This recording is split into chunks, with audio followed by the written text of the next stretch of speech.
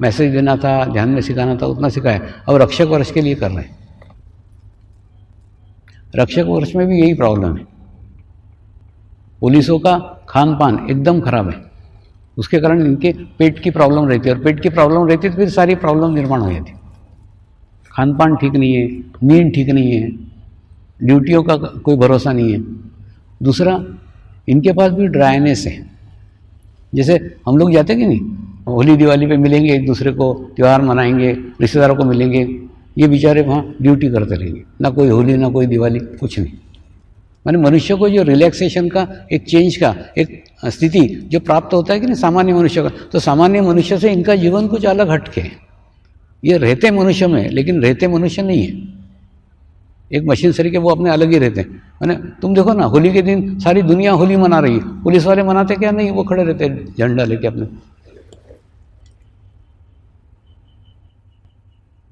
कहने का मतलब जहाँ पे कुछ पारिवारिक सुख मिल सकता है, जहाँ पे कुछ पारिवारिक मित्रों के कारण रिलैक्सेशन हो सकता है, वो उनके जीवन में नहीं है। कोई पारिवारिक नहीं है, कोई सामाजिक नहीं है, कोई त्यौहार नहीं है, कोई रिलैक्सेशन नहीं है।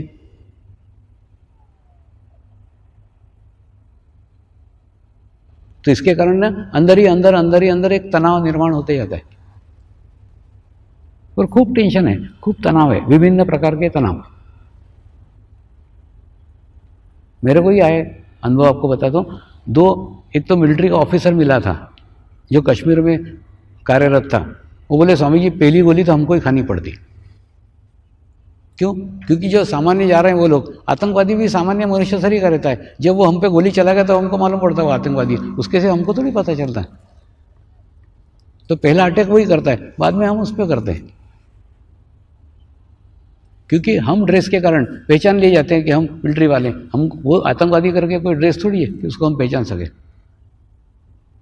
तो ड्रेस के कारण हम आसान निशाना बन जाते हैं, जबकि उसको हम पहचानते नहीं आता। ये हमारा माइनस पॉइंट है। ऐसा कैसा, एक दिन मैं इनकम टैक्स के केस को देखने के लिए इलाहाबाद गया था नौकरी के समय। तो एक बस से सफ़र कर रहा था तो बस में दो पुलिस वाले चेन से बांध के रखी थी बंदूकें, और उसके आदमी एकदम पूरे रात भर ऐसे आंखें फाड़ फाड़ के ऐसे पूरे जग रहे थे। मैं भी बीच बीच में झपकी लेकर देख रहा था उनको। मैं बोला, क्या पुलिस वाले गजब की ड्यूटी करते, एकदम अलर्ट रहे पूरे रात भर, एक भी झपकी नहीं ली। सुबह जब उतरे ना, चाय वाय पिलाई, उनसे थोड़ी दोस्ती की मैंने। फिर उनको मैंने बोला, उसको तारीफ किया, क्या गजब के पुलिस वाले हो तुमने, क्या ज़बरदस्ती ड्यूटी दी, एकदम रात भर जगते रहे। मैंने देखा 2-4 बार में नींद खुली थी। बोले, बाबा आपके लिए थोड़ी जग रहे थे, हम हमारे लिए जग रहे थे। मैं बोला, क्यों? बोले, यहाँ पे एक डाकू है, वो आता है पुलिस वालों को गोली मारता है और बंदूकें छीन के जाता है। तो वो बस नहीं लूटता, तो हम इसलिए जग रहे थे कि मैंने, वो तुमको नहीं लूटेगा, वो हमको मारेगा, तो इसलिए उसके डर के मारे हम रात भर जग रहे थे। बताओ, मैंने ऐसे टेंशन में, ऐसे तनाव में उनको रहना पड़ता है, और ड्यूटी तो करनी की, रात भर जगना ही पड़ा। तो ऐसे विभिन्न प्रकार के तनाव, विभिन्न प्रकार के टेंशन उन पे आते रहते। दूसरा, आप लोग मंदिरों में जाते हो, आप लोग उत्सव मनाते हो, आप क्या बोलते हैं ना, चतुर्थी है तो गणेश मंदिर में गए, ये नहीं जा सकते चतुर्थी है तो गणेश मंदिर में। क्यों? उस समय इनकी ड्यूटी रहेगी। यानी है मनुष्य, लेकिन मनुष्य शरीर के जो रिलैक्सेशन की जगह है ये इनके लाइफ में नहीं है, एकदम सूखापन है, एकदम ड्राई है।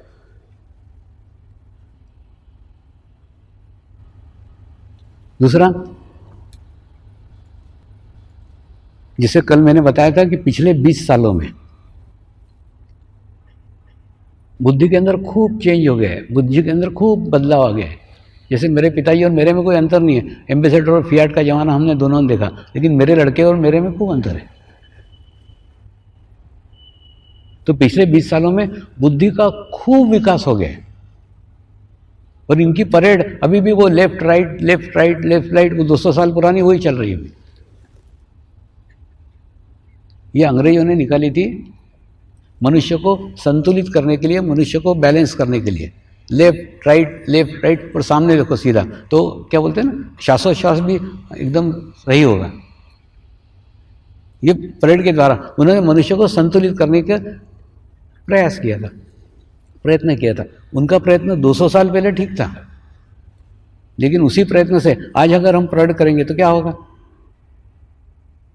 आज ऑलरेडी हमारी राइट साइड बहुत एक्टिवेट हो गई है, बुद्धि का स्तर खूब ज़्यादा एक्टिवेट हुआ है, और आज भी हम वही 200 साल पुरानी परेड से अपने आप को बैलेंस करने का कोशिश करेंगे तो थोड़ी होगा, इनबैलेंस की स्थिति होगी। क्योंकि आज तुम उतनी राइट साइड पावरफुल करोगे जितनी 200 साल पहले थी, उतनी आज भी कर रहे हो, जबकि राइट साइड ऑलरेडी पावरफुल हो चुकी है, बुद्धि का क्षेत्र खूब विकसित हो चुका है, लेकिन तुम उसको करोगे तो इनबैलेंस की स्थिति होगी।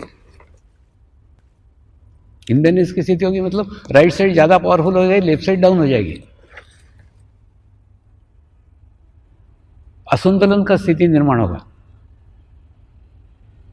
एक फ्रस्ट्रेशन का स्थिति निर्माण होगा। क्या होता है, जो परिस्थितियां रहती हैं, जो स्थितियां रहती हैं, उसके अनुरूप अपने को ढालना पड़ता है। तो इसके अंदर क्या चेंज किया जा सकता है, क्या बदलाव किया जा सकता है? बैलेंस करने के लिए ध्यान करो, परेड के साथ साथ एक आधा घंटा ध्यान करो ना। आधा घंटा तुम्हारा मेडिटेशन करोगे, ध्यान करोगे तो क्या होगा? संतुलित होगा। कई बार खूब विचित्र परिस्थितियां इनको झेलनी पड़ती है। हाथ में डंडा है लेकिन डंडा चलाने का ऑर्डर नहीं, बैठे डंडे खा रहे हैं लेकिन डंडा नहीं चला सकते। आपने देखा हो टीवी पे आता है, मिलिट्री वाले मशीन गन लेके घूम रहे हैं लेकिन पत्थर खा रहे हैं। माने हाथ में बंदूक है, हाथ में मशीन गन है, हाथ में डंडा है, लेकिन वो चलाने का ऑर्डर नहीं, इसलिए पत्थर खा रहे हैं, गालियां खा रहे हैं, धक्के खा रहे हैं।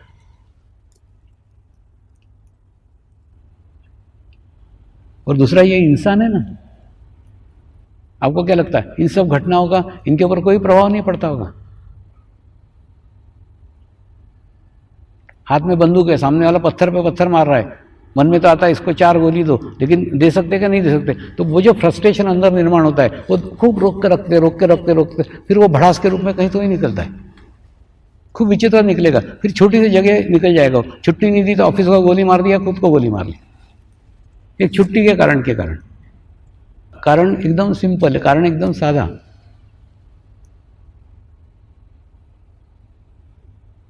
तो ये जो मानसिक दबाव सतत झेलते एक स्थिति ऐसी आती है, एक छोटा सा निमित्त हो जाता है उसको विस्फोट होने के लिए। तो अभी ये लेफ्ट साइड से बैलेंस होने का समय निकल गए हैं। लेफ्ट साइड के साथ साथ मेडिटेशन जोड़ना अत्यंत आवश्यक है, ध्यान करना अत्यंत आवश्यक है। ध्यान करोगे तो तुमको संतुलित रखेगा, तुम्हारी लेफ्ट साइड भी बराबर रखेगा, राइट साइड भी बराबर रखेगा। अन्यथा क्या होगा? राइट साइड पावरफुल हो जाएगी और इनबैलेंस की स्थिति निर्माण हो जाएगी।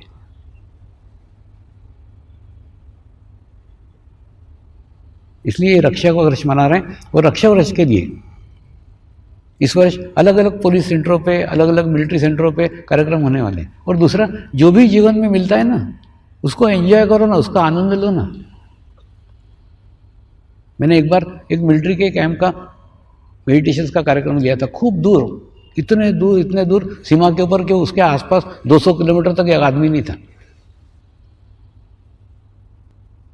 और वो बोले, स्वामी जी यहाँ एक आदमी नहीं है, 200 किलोमीटर तक कोई आदमी नहीं है। मैंने बोला कितनी अच्छी बात है, अरे ऋषि मुनि तो ऐसी जगह ढूंढने के लिए तरसते हैं, तुमको मिली है। बैठो एक पहाड़ पे एक बैठो, एक पहाड़ पे एक बैठो, मस्त ध्यान करो ना। अच्छी बात है, 200 किलोमीटर तक आदमी नहीं, आदमी काय को चाहिए है? उनको मैंने बताया हिमालय में ऐसे ऐसे स्थान हैं जहां पे हम कल्पना भी नहीं कर सकते कि यहाँ कोई मनुष्य रह सकता है, वहां पे वो लोग रहते हैं। वो तपस्या करने के लिए, साधना करने के लिए निर्जन स्थान ढूंढते हैं।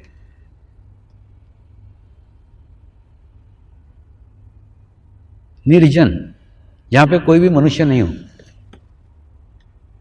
क्यों नहीं हो?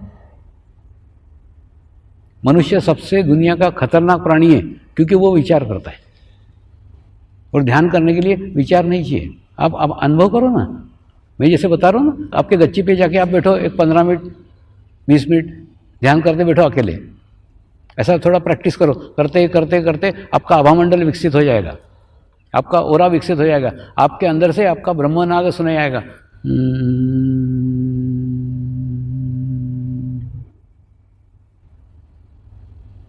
ऐसा नाद, ऐसा साउंड आपको आपके भीतर से ही सुनाई आएगा। उसके बाद में आपकी पत्नी भी आपके पास में आ जाए, आपका पति भी आपके पास में आ जाए, वो साउंड बंद हो जाएगा।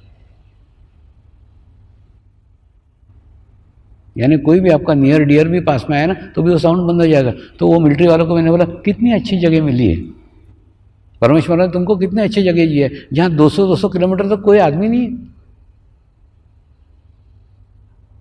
तुम्हारे चौकी के जितने लोग हैं उतने हैं, बस बाकी क्या है। तो मस्त दूर दूर जाकर के एकांत में बैठ करके ध्यान करो। परमेश्वर ने कितना अच्छा अवसर दिया है। यानी जो भी परिस्थितियाँ थी, उस परिस्थितियों को उनको सकारात्मक पहलू दिखाए। देखो, जीवन में कभी भी प्लस या कभी भी माइनस कभी नहीं रहता, किसी के जीवन में रहता ही नहीं। वो रामदास स्वामी ने कहा है ना, जगी सर्व सुखी ऐसा कूणा है। दुनिया में पूर्व सुखी कोई नहीं है, किसी के पास कुछ प्लस है, किसी के पास कुछ माइनस है।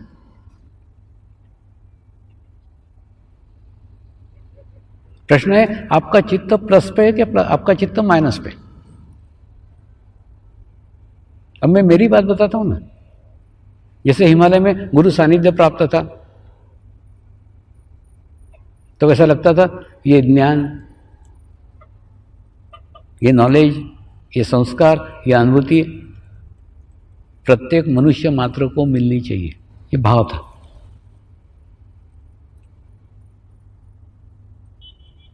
यानी ये चीज माइनस थी, भाव था, लेकिन थी नहीं, कर नहीं सकता था। लेकिन गुरु सानिध्य प्लस था।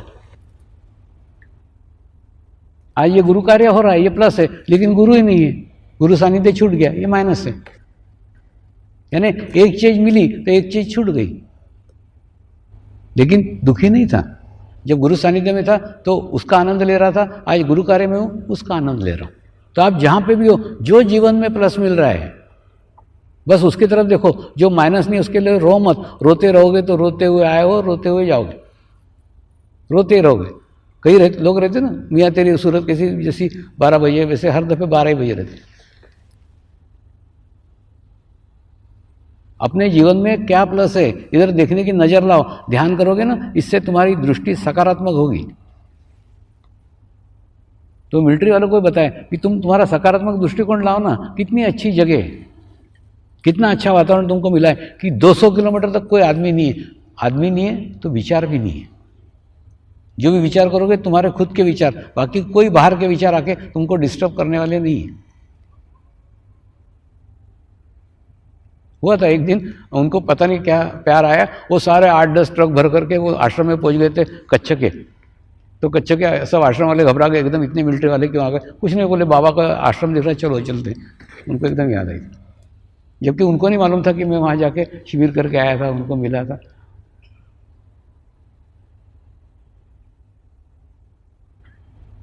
दूसरा, सुरक्षा का प्रश्न। इन रक्षकों का भी प्रश्न है, इसलिए सीमा में रहे या समाज में रहे, कहीं पे भी सुरक्षित रहे, ये मेरी इच्छा है। और सुरक्षा के लिए वो किसी पे भी निर्भर नहीं रहे।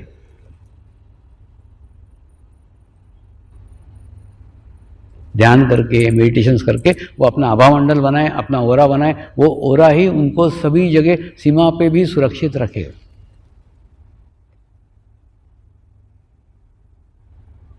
गोलियां चलेगी नहीं चलेगी ऐसा नहीं, चलेगी, तुमको नहीं लगेगी। बॉम्ब फूटेंगे नहीं फूटेंगे ऐसे नहीं, फूटेंगे, तुमको नहीं कुछ होगा, तुम सुरक्षित रहोगे। मुझे दुनिया से कोई लेना देना नहीं है, मेरे को तुमसे संबंध है।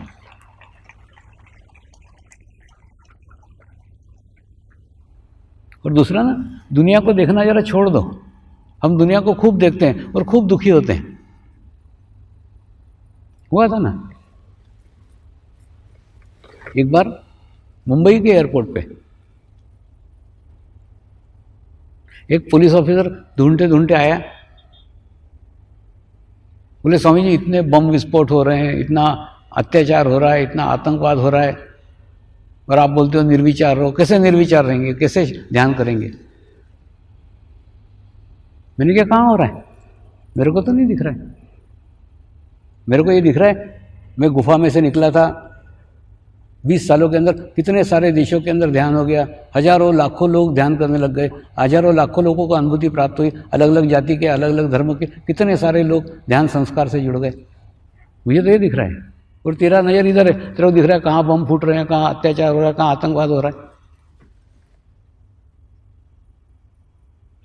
तेरे को कुछ हुआ क्या? बोले नहीं मेरे को कुछ नहीं हुआ, लेकिन हो रहा है। मैंने होने देना, तेरे को नहीं हुआ ना, वो छुट्टी कर।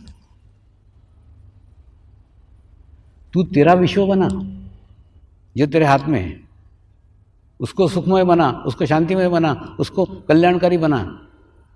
इतना कल्याणकारी बना कि तू तो सुरक्षित रहे, तेरे पास में जो आए वो भी सुरक्षित रहे।